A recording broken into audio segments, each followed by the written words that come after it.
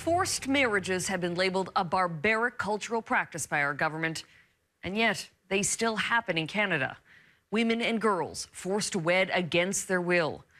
A proposed government bill is hoping to make that a criminal act. Even celebrating such a marriage could be against the law. But as Vashi Capellos asks, will new legislation stamp out the practice or drive it further underground? My dad was forcing me to marry. When I refused, he beat me, so I left home. These are the words of women and girls. It was an arranged marriage. My husband and his family are abusing me. Calling into a hotline. How can I get out of this marriage and stop my husband from coming to find me? Looking for help to escape a forced marriage. Well, forced marriage is a marriage that takes place with either one or both members of the married parties not consenting to the marriage. Forced marriage can amount to sexual assault, physical violence, human trafficking, even slavery, all crimes under Canada's criminal code. But forced marriage is not a crime in Canada, and those acts, when they happen under the veil of a marriage, often go unpunished.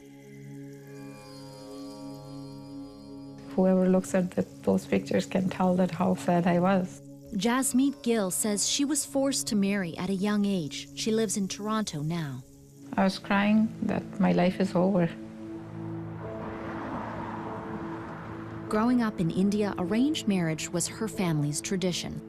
30 years ago, her parents invited a stream of suitors to come and decide if they would have Jasmeet. It was like a parade, you know, like you're a showpiece.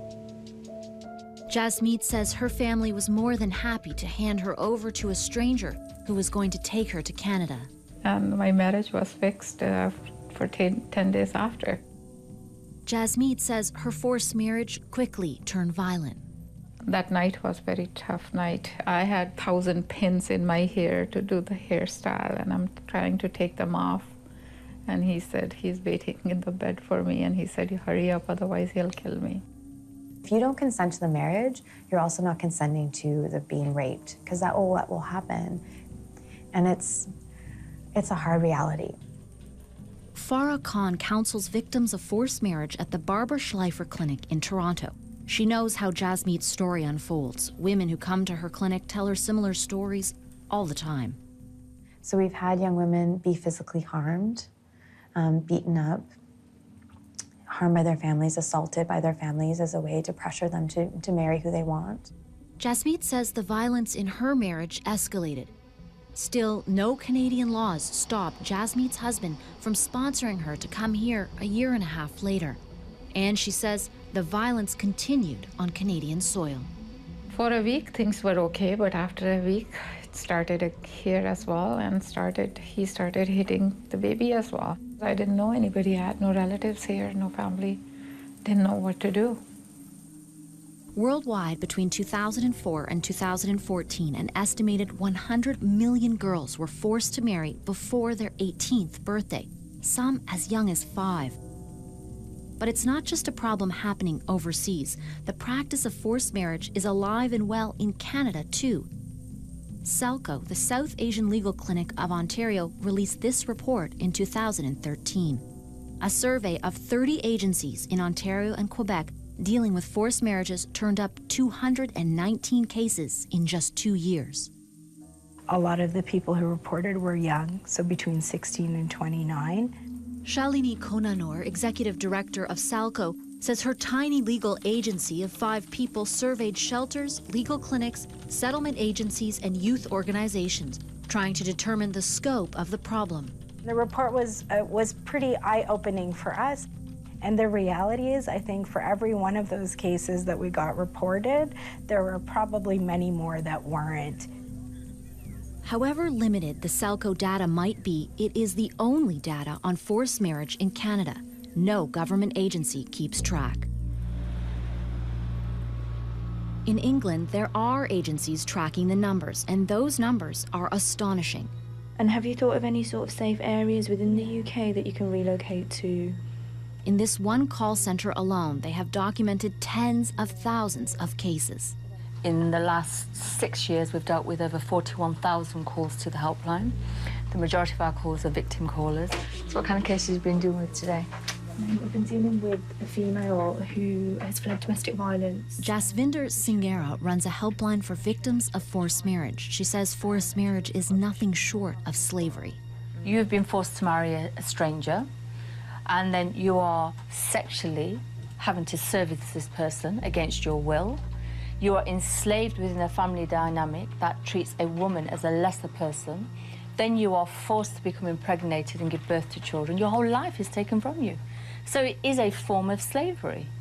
And it goes under the guise of somehow being part of one's culture and tradition. It clearly is not. Farah Khan says marriages are forced in many ways. Pressure from family members and even threats, financial, physical, and emotional. We also see things like excommunication and disownment. So, you know, the idea that you will never get to see your family again if you do this, or they're told by their family that they're dead to them. Teens in Canada tell Farah stories about how their families monitor their every move so they can't escape getting married.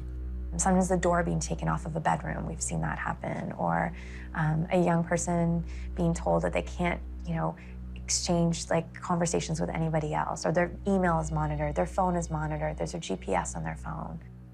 The next troubling scenario for many is being tricked into traveling abroad to marry.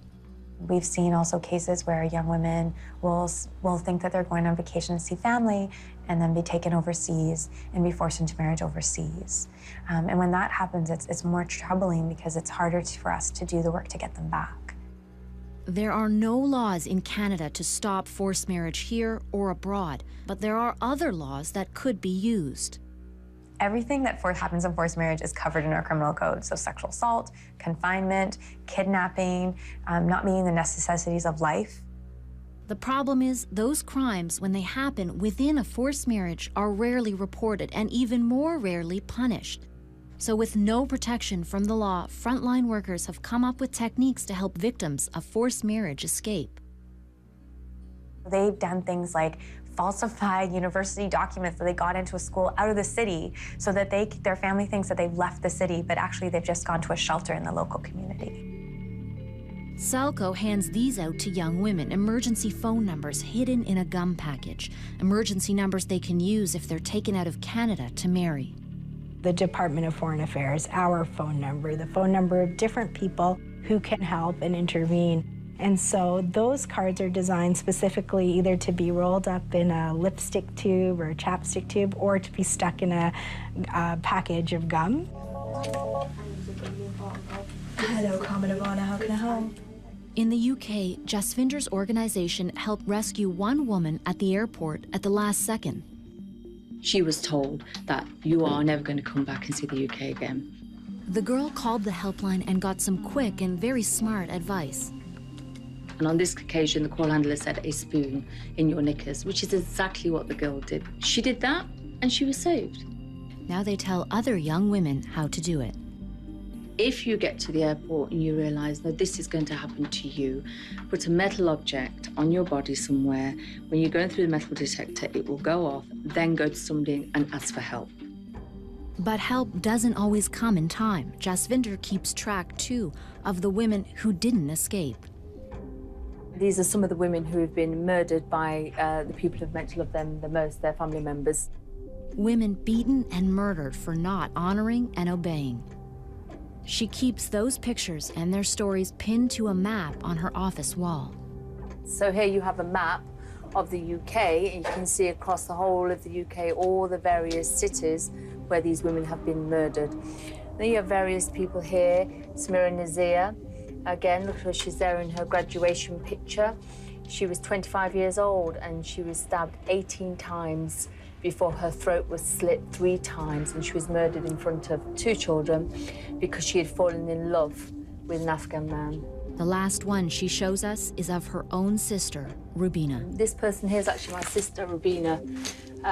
She had years of honour-based abuse, and my family's view and the community view was that she had a duty to make the marriage work for the sake of the family's honour. And in the end, my sister sadly took her own life. She set herself on fire and she died. It was then Jasvinder began campaigning to make forced marriage a crime in Britain. Forced marriage is little more than slavery. On June 16 last year, Jasvinder got her wish. Forced marriage was added to the criminal code in Britain. Now Canada is set to follow suit with a new bill that will make forced marriage a criminal offense. The culture surrounding that type of practice, Mr. Speaker, is unacceptable. And the consequences, the violence that can ensue, the repeated sexual assault are indeed barbaric.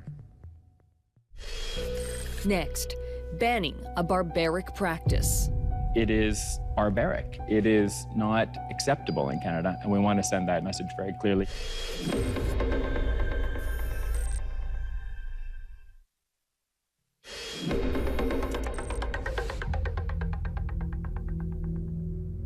Forcing someone to marry against their will is considered a human rights abuse, even slavery. And yet each year all over the world, millions of women and girls are forced into marriage. It's happening right here, right now, in Canada, and there is no law to stop it. I was turning 15, and that's when I got engaged. He was 15 years older than me. This teenager is hiding from her own family. When she was 14, they tried to force her to marry her older cousin. That was 4 years ago in Pakistan. We'll call her Rima. And I'm just gonna, get married, have kids, just live there. I really felt disgusted. But Rima's story doesn't end there. During her engagement, her family moved to Canada temporarily for work. Once here, Rima's parents tried to keep her out of school, grooming her for marriage. But one day, Rima spoke up. I never spoke to my parents loud. Never talked back to them. I was like, I don't want to do it. I want to study. I want to have a career. I don't want to be there when I'm like 19 and having 2 kids. The punishment for speaking her mind was brutal. My mom abused me. I wasn't given food for like 3 days. I was like tied up at home. I wasn't allowed to go out. When her parents finally untied her, Rima ran away from home and hasn't been back since. While she lives in the shadows, the Canadian government is trying to criminalize forced marriage. Early marriage, underage marriage, it's obviously on a huge scale. Millions, some say even hundreds of millions, subjected to that form of abuse. We need to send a very clear message that something that may go unpunished elsewhere will not go unpunished in Canada. We are making important changes here, that there be a requirement for free and enlightened consent before 2 people marry. Last year, Citizenship and Immigration Minister Chris Alexander introduced Bill S7, short title, the Zero Tolerance for Barbaric Cultural Practices Act. We're saying that anyone who is forced into marriage against their free and enlightened consent, anyone who officiates over such a ceremony or aids in it, participates in it, could be a parent, could be a friend, knowing that those taking part in the marriage are doing so against their will, they will be committing a criminal offense. Bill S7 is expected to pass by this summer. The penalty for forcing a marriage could be up to 5 years in prison. But some people think there's no point in bringing in a new law because there are already laws in place that could be used to stop forced marriage. And as it is, those laws aren't being used. Police officers, are they going to go out and charge people with forced marriage? They didn't go out and charge people with kidnapping and assault and all of the things that could have been done. Shalini Konanor, a lawyer at the South Asian Legal Clinic of Ontario, might be right. Last June, Britain was one of about a dozen countries 16/9 identified that has criminalized forced marriage. But in the years since Britain enacted the law, not a single charge has been laid. In fact, 16/9 found fewer than 5 charges laid in all other countries with the criminal provision. The reality is when we talk to people who were faced with forced marriage situations, time and time again, they said, if you're going to tell me that the police are going to come and potentially charge my older brother or my parents or my uncle or my aunt because they're talking to me about getting married, I'm probably not going to come forward. Rima came forward to get help to escape her forced marriage, but she hasn't even used existing laws to take legal action against her family. She says she wouldn't use the new law either. I didn't want to do that because I know whatever they did to me, but it's like, they're my parents and I don't want them getting hurt or getting in any type of trouble. So I didn't want to do that. Still, while Rima says she wouldn't charge her parents, she thinks making forced marriage a crime might be a step in the right direction. We should do it because it's like you don't want that person. That person is going to be forcing himself onto you, so it's not just getting married. You know, so it's like pretty much being raped too at the same time. It's incompatible with Canadian values. Minister Chris Alexander says the new law doesn't mean people like Rima would have to charge their families, but he's convinced that making forced marriage a crime will deter people from breaking the law. It wouldn't require a child to bring criminal charges against their parent, but would prevent the marriage from the forced marriage from happening. There are peace bonds as a recourse under this bill for those who might not otherwise report an impending removal from Canada for purposes of forced marriage. He says peace bonds included in the legislation are a tool to prevent forced marriage from happening here or overseas.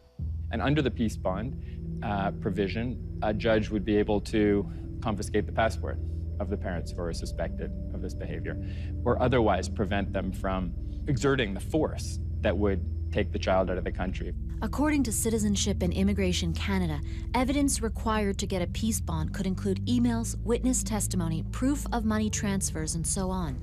16/9 has learned that the RCMP have a plan to train police to investigate forced marriage as a crime should the law change. Britain has already done this. We've just trained 15 areas across the UK, our Crown prosecutors, in victims' experiences. You know, we've created special measures for them.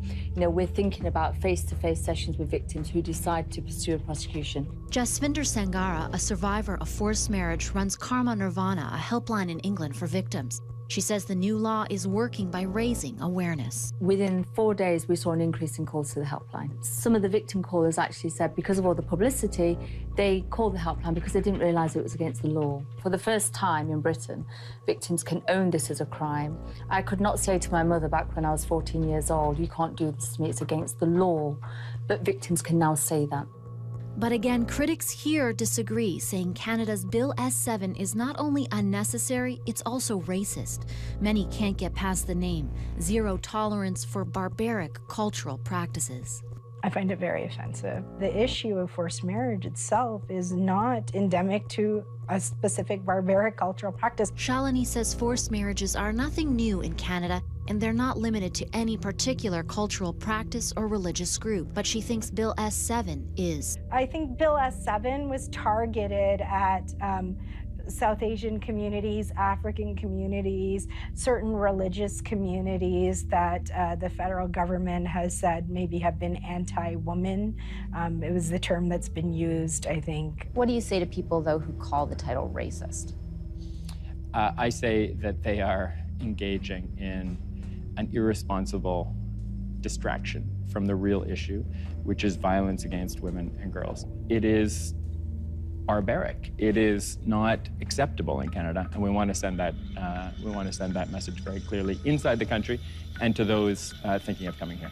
While Canada decides the fate of the law, Rima remains in hiding.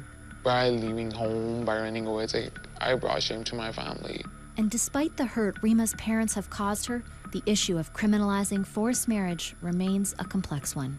It's like a question you would ask yourself too. It's like, would you want to like hurt your parents? No one wants to do that, no matter what your parents done.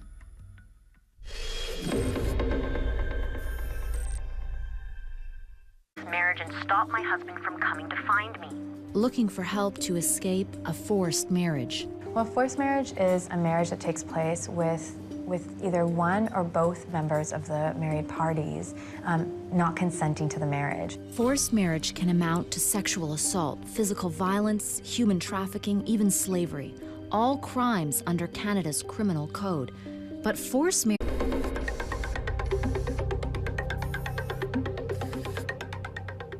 Forced marriages have been labeled a barbaric cultural practice by our government, and yet they still happen in Canada.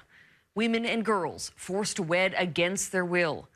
A proposed government bill is hoping to make that a criminal act. Even celebrating such a marriage could be against the law. But as Vashi Kapelos asks, will new legislation stamp out the practice or drive it further underground? My dad was forcing me to marry. When I refused, he beat me, so I left home. These are the words of women and girls It was an arranged marriage. My husband and his family are abusing me. calling into a hotline. How can I get out of this? Marriage is not a crime in Canada, and those acts, when they happen under the veil of a marriage, often go unpunished. Whoever looks at those pictures can tell that how sad I was. Jasmeet Gill says she was forced to marry at a young age. She lives in Toronto now. I was crying that my life is over. Growing up in India, arranged marriage was her family's tradition. 30 years ago, her parents invited a stream of suitors to come and decide if they would have Jasmeet. It was like a parade, you know, like you're a showpiece. Jasmeet says her family was more than happy to hand her over to a stranger who was going to take her to Canada. And my marriage was fixed.